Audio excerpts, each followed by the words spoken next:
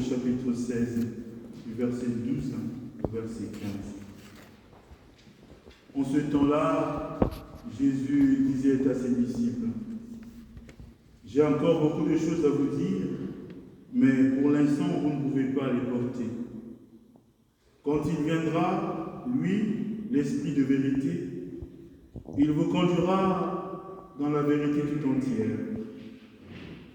En effet, ce qu'il dira ne viendra pas de lui-même, mais ce qu'il aura entendu, il le dira. Et ce qui va venir, il vous le fera connaître. Lui me glorifiera, car il recevra ce qui vient de moi pour vous le faire connaître.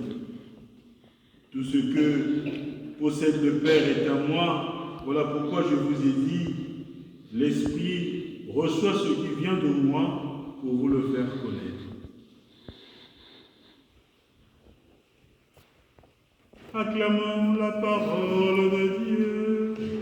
Louange à toi, Seigneur Jésus.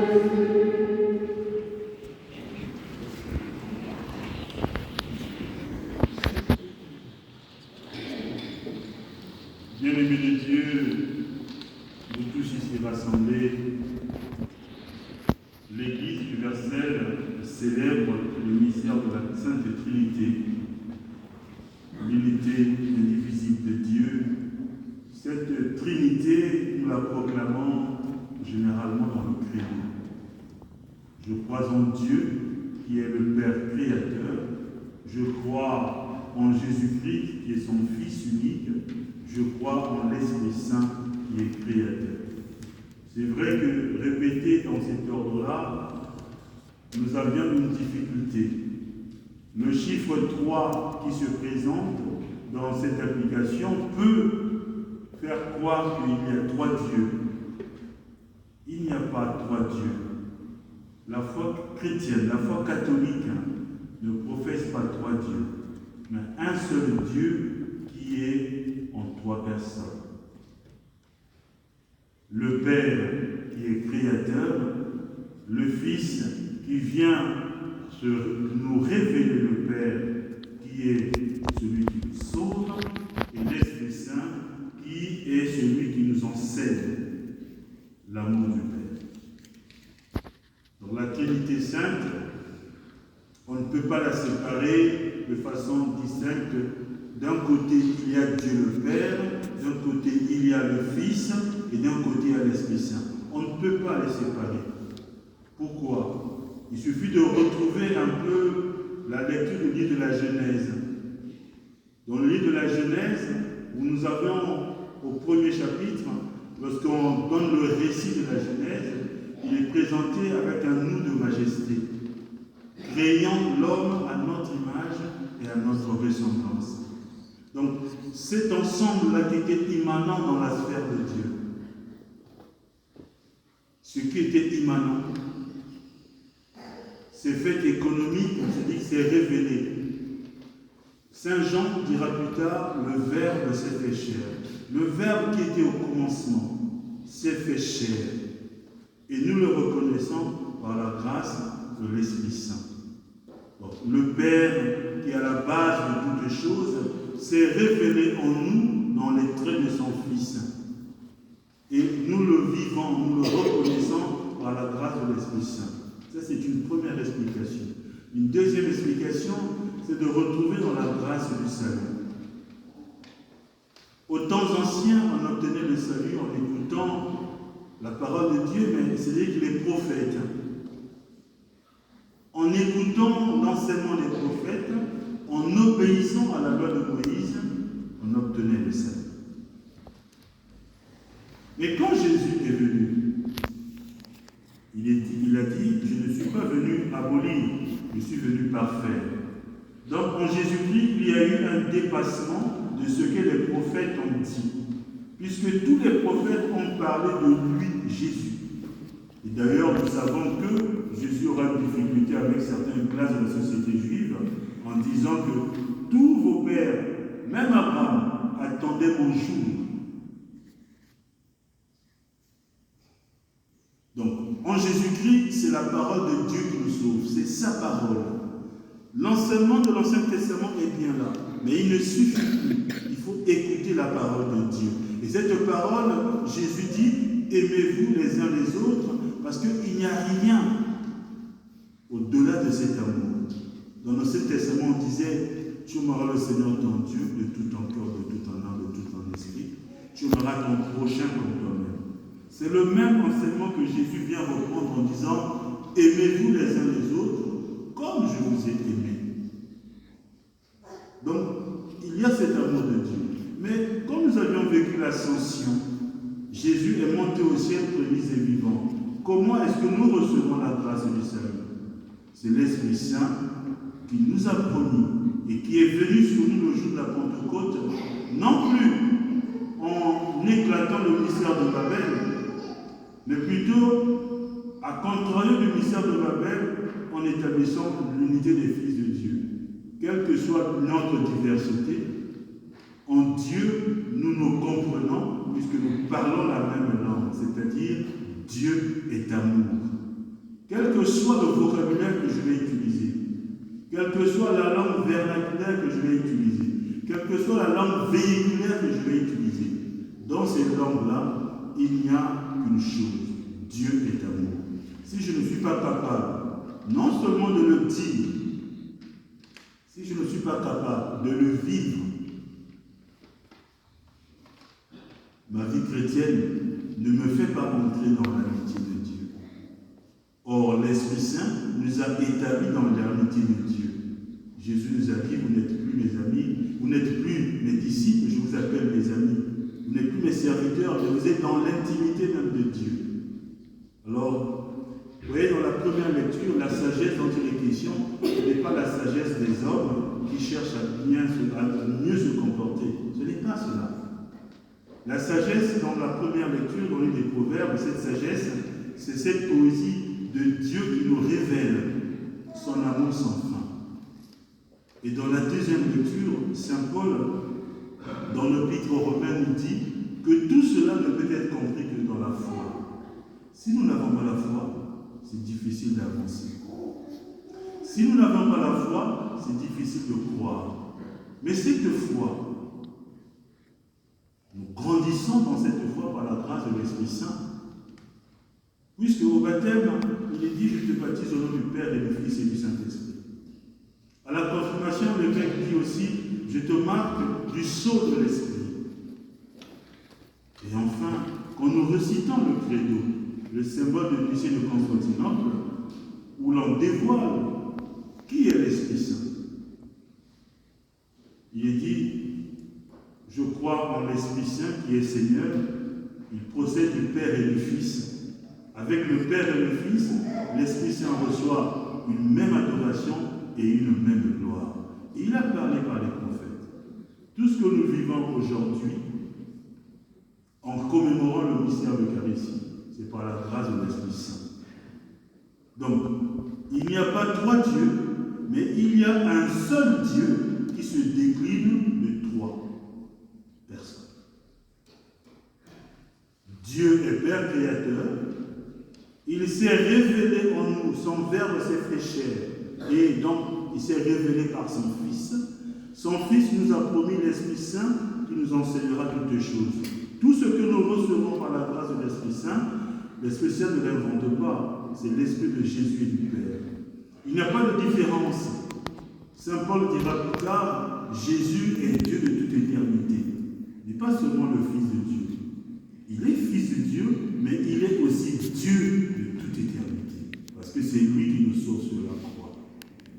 Alors, aujourd'hui, plus que jamais, vivons dans cette confiance que Dieu notre Père nous connaît parce qu'il nous donne la vie. Et cette vie, il l'entretient par Jésus-Christ. Jésus-Christ est venu pour nous donner la vie en abondance, la vie du Père. Et aujourd'hui encore, nous le recevons par la grâce de l'Esprit Saint. D'où le sens du signe de la croix. Le signe de la croix n'est pas muet. Le signe de la croix, c'est l'identité du chrétien. Le signe de la croix, c'est la révélation de cet amour de Dieu. On se signe au nom du Père et du Fils et du Saint-Esprit. C'est-à-dire, je rends grâce à Dieu qui me donne la vie, par les parents bien sûr. Il me donne la vie, c'est-à-dire qu'il entretient mon âme. Alors Dieu bénit mon âme. Mais cette vie, nous vivons dans des structures de péché, cette vie a besoin de salut. Et ce salut, c'est dans Jésus-Christ. Alors, Jésus-Christ est au cœur de nos vies. Le cœur est le siège des sensations. Donc nous rendons grâce à Dieu par Jésus-Christ qui nous donne le salut. Et puisque nous sommes créés, et puisque nous avons un Sauveur qui habite en nous, mais sur la terre des hommes, nous devons marcher. Mais comment avoir la force de marcher sur la terre des hommes dans cette vie où il y a des hauts et des bas, et des jours où ça va, des jours où ça ne va pas? Nous avons besoin de la force de Dieu. Voilà pourquoi on demande à l'Esprit Saint d'être présent. Donc quand on dit au nom du Père et du Fils et du Saint-Esprit, nous reconnaissons Dieu 3 fois saint, celui-là même qui est tous les jours présent.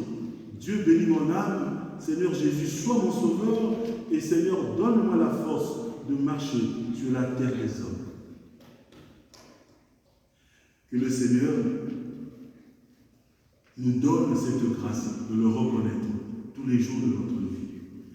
Un chrétien qui ne fait pas le signe de la croix n'est pas digne de l'amitié de Dieu.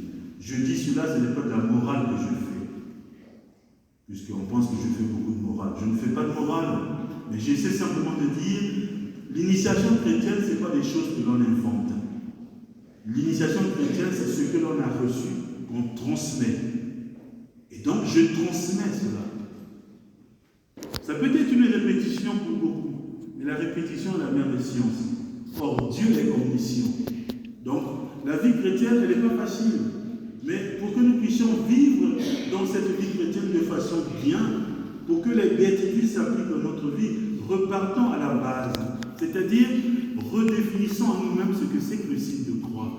Retrouvons l'intimité de Dieu à travers le signe de croix. Est-ce que quand je dis au nom du Père et du Fils et du Saint-Esprit, est-ce que je crois? Tout à l'heure, nous dirons le signe du credo. Une chose est de le répéter, mais une chose est de croire. C'est ce que dit Saint Paul dans la deuxième lecture. L'espérance ne déçoit pas. Cette espérance, c'est le Christ, notre Sauveur. Il est plus que cette espérance, il est notre salut. Donc il ne peut pas décevoir. L'Esprit Saint ne déçoit pas. L'Esprit Saint ne peut pas nous entraîner sur de mauvais chemins. Non, ce n'est pas possible. Donc quand on vient me voir pour me dire, Père, je voulais une prière pour que cette personne qui me dérange disparaisse, je ne sais pas faire ce genre de prière. Ah oui, mais cette personne me dérange, il faut pas qu'elle, est-ce qu'elle ne peut pas disparaître? Je ne sais pas faire ce genre de prière, puisque la prière, c'est dire le bien. Mais je ne peux pas faire une prière qui anéantisse l'autre, elle n'existe pas. Tout au moins dans la foi chrétienne. Dieu est amour. La prière, c'est dire du bien. Bénédicte, dire du bien. Et donc ce bien, c'est l'amour dont nous vivons les uns les autres, l'amour qui resplendit en chacun de nous. Tel que nous sommes ici, bien-aimés de Dieu, chacun a du prix aux yeux de Dieu. Chacun. Chacun a du prix. Il n'y a personne qui a une plus grande foi que l'autre. Ça n'existe pas. Nous tous, nous avons la foi, mais elle s'exprime différemment. Oui, de par la relation que l'on entretient avec Dieu. Et cet entretien, c'est la grâce de l'Esprit Saint. En d'autres termes, quelle est la place de Dieu dans ma vie? Alors, à vous qui allez recevoir le baptême et la première communion, chers amis, tout à l'heure, je vais vous baptiser, non pas en mon nom personnel, je ne dirai pas, moi, Michel, je vous baptise, mais je dirais, je vous baptise au nom du Père et du Fils et du Saint-Esprit. C'est ça la baptise. Et la communion, ce n'est pas... La communion, c'est en 2 étapes. La première étape, c'est la préparation. Vous avez reçu au catéchisme cet éveil à la foi pour éveiller votre conscience et votre esprit au mystère de Dieu. Par le baptême, on entre dans l'amitié de Dieu. Mais cette amitié de Dieu doit se construire chaque jour. Et la communion est là pour nous rappeler que Dieu se donne à nous pour faire quoi? Non pas pour faire plaisir, mais pour que le recevant, nous puissions vivre avec lui aujourd'hui, demain et après-demain. Et il se donne à nous sous le signe du pain. C'est-à-dire, ce qui est de plus cher dans la vie d'une personne, c'est le manger. Alors Jésus se donne à nous sous forme de nourriture pour que, en mangeant le corps du Christ, nous puissions avoir la force de continuer. Mais cette vie avec Dieu, l'amitié de Dieu passe par la grâce de l'écoute, de l'obéissance et de l'action. Donc si je n'écoute pas,